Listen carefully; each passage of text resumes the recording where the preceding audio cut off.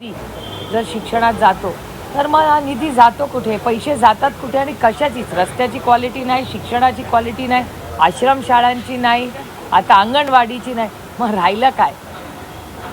त्यामुळे हे अतिशय गंभीर आहे आणि महाराष्ट्राला न शोभणार. विरोधी पक्षनेते राहुल गांधी पुण्यात येत आहेत. छात्रवृत्ती योजनेला परवानगी दिली, मात्र 30 अटी घातलेल्या आहेत, ज्या जाचं काय तसा आरोप काँग्रेसनं केलेला आहे सध्या. बघा, एका लोकशाहीमध्ये या देशाचे राहुलजी एक युवा नेते आहेत आणि LOP पण आहे, म्हणजे लीडर ऑफ ऑपोजिशन आहेत. ते जर एक कार्यक्रम घ्यायला, त्यांच्या संघटनेचा कार्यक्रम घ्यायला पुण्यात येत असतील तर एवढ्या अटी शर्ती कशाला? लोकशाही पद्धतीनेच येत आहेत, शांततेच्या मार्गाने येणार, भाषण करणार, मुलांशी संवाद साधणार आणि जाणार. त्याच्यात गैर काय? त्याच्यासाठी हे अति शक्ती म्हणजे मला कमाल वाटते. आणि पुण्यासारख्या ठिकाणी जिथे रोज म्हणजे कोयता गँग आहे, तिथे खून होत आहेत, अनेक वेळा मुलींचा विनयभंग झाला आहे, त्याच्यासाठी अतिशर्ती नाही. पण राहुलजी पुण्यात येत आहेत एक भाषण करायला आणि संवाद साधायला, त्याला अतिशर्ती. हे दुर्दैव आहे. आणि हा डेटा माझा नाही, पुणे हा महाराष्ट्रात 1 नंबरला क्राईमला आहे. हा माझा डेटा नाही, हा डेटा भारत सरकारच्या होम मिनिस्ट्रीचा आहे, ज्याचं नेतृत्व आज अमित भाई शाह करतात. माजी मुख्यमंत्री पृथ्वीराज चव्हाण असं म्हणाले आहेत, गेले काही दिवस त्यांच्या मुलाखती खूप चर्चेत आहेत. ते असं म्हणतात की शरद पवार आणि अजित पवार यांचा पक्ष एक होतो आहे असं माझ्या कानावर आहे. आणि मनुवाद्यांच्या नादी लागू नये असं ते म्हणाले. पृथ्वीराज बाबा हे राज्याचे महत्त्वाचे सिनियर नेते आहेत आणि एका सशक्त लोकशाहीमध्ये त्यांना मार्गदर्शन करायचा अर्थातच अधिकार आहे. त्याच्यामुळे त्यांनी जे काही सांगितलेलं आहे किंवा ते बोललेले आहेत, जसं आम्हाला बोलायची ताकद आहे तशी आम्ही ऐकायची ताकद ठेवली पाहिजे. त्याच्यामुळे त्यांना तो बोलायचा अर्थातच अधिकार आहे. ते महाराष्ट्राचे मुख्यमंत्री राहून गेलेत, वरिष्ठ नेते आहेत, वयानी आणि पदानी दोन्हींनी मोठे आहेत आमच्या सगळ्यांपेक्षा. तो बोलायचा त्यांना असं एक मोठं वक्तव्य केलेलं आहे की 2014 मध्येच महाविकास आघाडी म्हणून सत्ता स्थापन करण्याचा प्रस्ताव जो आहे आणि तो आलेला होता, मात्र तेव्हा हा प्रस्ताव फेटाळण्यात आला आणि नंतर 19 मध्ये हा प्रस्ताव आम्ही पुढे केला. सोबत घेऊन राष्ट्रवादीच्या आशीर्वादामुळे फडणवीस सरकार आलं, त्याला आपण नकार दिला. पण आम्ही नकार दिला, बाबांनी नकार दिला. म्हणजे बाबांनी 14ला नकार दिला आणि 19ला होकार दिला असेल, तेव्हा माहिती नाही. तेव्हा सोनियाजी काँग्रेसच्या अध्यक्ष होत्या. मला वाटतं या गोष्टी सोनियाजींना विचाराव्या लागतील. मी त्या प्रक्रियेत महाविकास आघाडीचे निर्माते शरदचंद्र पवार आहेत असं आतापर्यंत आम्ही बोलत आलोय, आम्ही लिहित आलेलो आहे. पृथ्वीराज चव्हाण असं म्हणतात की 2014लाही मी तो प्रस्ताव दिला होता, त्यावेळेला फेटाळण्यात आला. 2019लाही मी तो प्रस्ताव दिला आणि मग तो मान्य झाला. म्हणजे कुठेतरी मवियाचा करता मी आहे असं सांगण्याचा त्यांचा प्रयत्न दिसतो. शाही प्रत्येकाला बोलायला अधिकार आहे, काही प्रॉब्लेम नाही. आणि मी तुम्हाला खरं सांगू, महाराष्ट्राचे जे काँग्रेसचे नेते आहेत ना, दुर्दैवाने राष्ट्रवादीलाच नेहमी चुकीच्या बॉक्समध्ये बसवतात. एक चांगलं आहे की दिल्लीमधली त्यांची जी मेन लिडरशिप आहे काँग्रेस पक्षाची, त्यांची माझी रोजगाठ होते दिल्लीमध्ये. त्याच्यामुळे त्यांची जी लिडरशिप आहे, मग खडगे साहेब असतील, सोनियाजी असतील, राहुलजी, प्रियांका गांधी, वेणुगोपालजी, ही त्यांची जी सिनियर लिडरशिप आहे, त्यांच्या मनात असं काही नाही असं मी समजते. कारण का प्रत्येक मीटिंगला ते राष्ट्रवादी काँग्रेस पक्षाला पार्लमेंटमध्ये बोलवतात. एरवी काही मीटिंग्स असतील त्याला, जेव्हा पॉलिसी मेकिंग असते त्याला बोलवतात. त्याच्यामुळे महाराष्ट्राची काँग्रेस आणि देशाच्या काँग्रेसमध्ये काहीतरी कदाचित काहीतरी सुसंवाद नसावा. म्हणूनच मग पुणे असेल किंवा महाराष्ट्र असेल, या दोन्ही काँग्रेसची जी मतं आहेत आणि केंद्र सरकारमधल्या सेंट्रल काँग्रेसच्या लिडरशिपमध्ये काहीतरी गॅप दिसते असं एकूण तुमच्या प्रश्नातून मला दिसतं. नाही, पण तुमच्या आशीर्वादामुळे सरकार आलं, फडणवीस सरकार असं म्हणतात पृथ्वीराज चव्हाण. लोकशाही हो, प्रत्येकाला बोलायचा अधिकार आहे. सुनेत्रा पवार यांच्या नियुक्तीबाबत त्यांच्या पक्षाचे काही नेते त्यांना नियुक्तीचा पाठवत आहेत, तर यावरून काँग्रेसनं शंका उपस्थित केली आहे की भाजपचेच काही सुपरसेल म्हणून लोक त्या पक्षात काम करतात. मला काय वाटतं? राष्ट्रवादी काँग्रेस पक्ष, अजित पवार गट हे काय करतात आता तो त्यांचा वैयक्तिक प्रश्न आहे.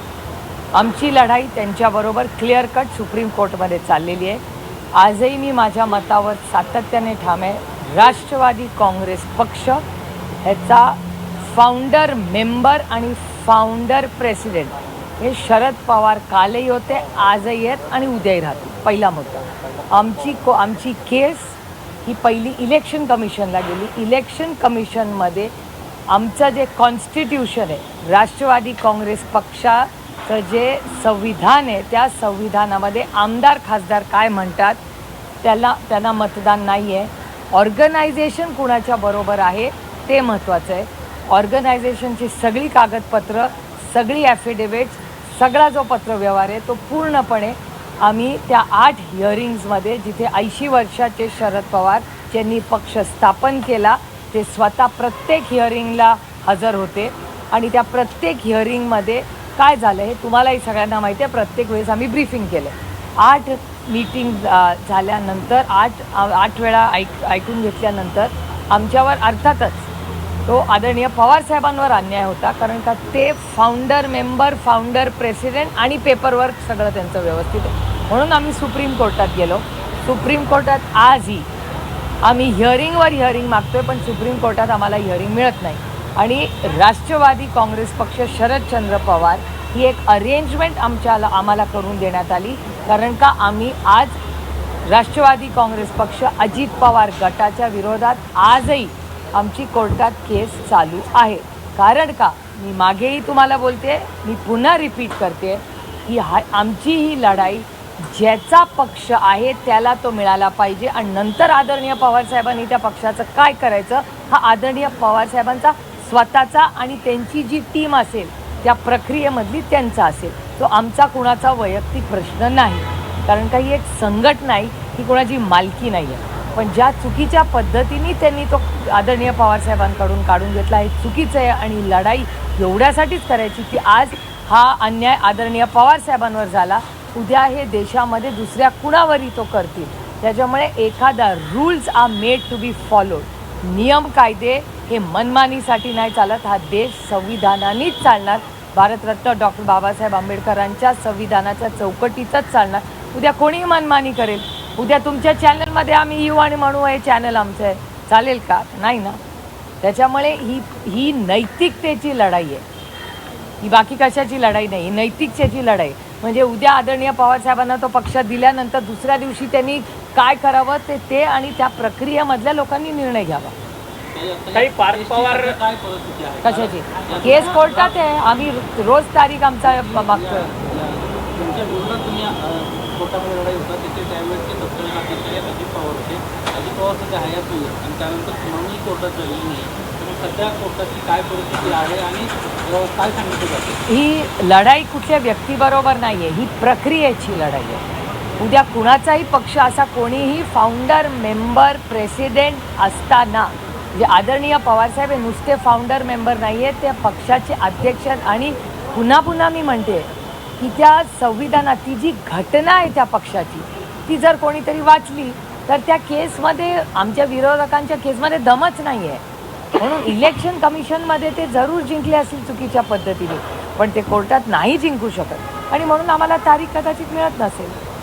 त्याच्यामुळे दुर्दैव आहे की एका सशक्त लोकशाहीमध्ये नियम कायद्याप्रमाणे हे झालं पाहिजे, एवढीच आमची अपेक्षा आहे. एकीकडे शरद पवारांना मागच्या वेळेस प्रफुल्ल पटेल आणि सुनील तटकरे भेटायला जात होते, तर आता पार्थ पवार शरद पवारांना भेटतात आहेत. नेमकी या भेटीमागे चर्चा काय? कारण की दोन्ही पक्ष सातत्यानं विलिनीकरण होणार अशा राजकीय वर्तुळात चर्चा आहेत आणि त्यातच पार्थ पवार आणि शरद पवारांची भेट सिल्वर ओकवर होते. चॅनल्सवर या चर्चा मी खूप वेळा पाहते, पण राष्ट्रवादी काँग्रेस पक्ष हा पूर्ण ताकदीने आज राज्यासमोर जी मोठी आव्हानं आहेत त्याच्या कामाला लागलेला आहे.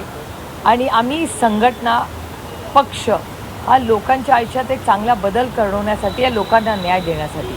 त्याच्यामुळे ह्या ज्या चर्चा ज्या चालू असतात अनेक भागांमध्ये, तुम्ही अनेक वेळा मला प्रश्न विचारतात, त्या चालूच असतात. ठीक आहे, नाणं आमचं मार्केटमध्ये चाललं आहे, ह्याच्यात आम्हाला समाधान. पण महत्त्वाची गोष्ट की हे लोक जे भेटत, ह्या देशातले काश्मीर टू कन्याकुमारी याच्यामधले अनेक नेते सगळ्याच पक्षाचे हे आदरणीय पवारसाहेबांना बऱ्याच वेळा भेटत असतात. आता प्रफुल्लभाई किंवा तटकरे साहेब किंवा पार्थ पवार हे त्यांना का भेटले याचं उत्तर आदरणीय पवारसाहेबच देऊ शकतील. पण गाठीभेटी ह्या अनेक वर्ष आम्ही एकत्र काम केलेलं आहे, अनेक महत्त्वाचे मुद्दे असतात, त्याच्यामुळे गाठीभेटी होत असतात.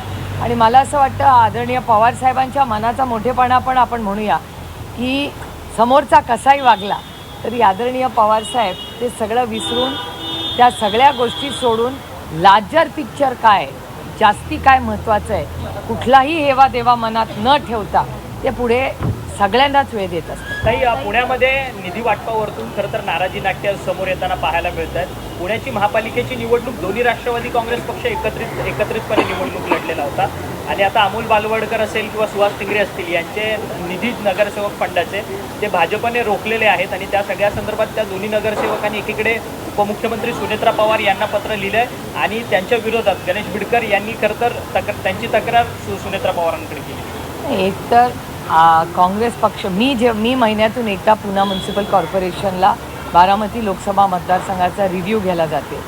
दरवेळीस मी जेव्हा जाते तेव्हा काँग्रेस पक्षाला आणि शिवसेनेला आवर्जून त्याची माहिती देते की तुमचीही काही कामं पेंडिंग असतील तर जरूर सांगा, मी स्वतः त्याच्यात जातीने लक्ष घालीन.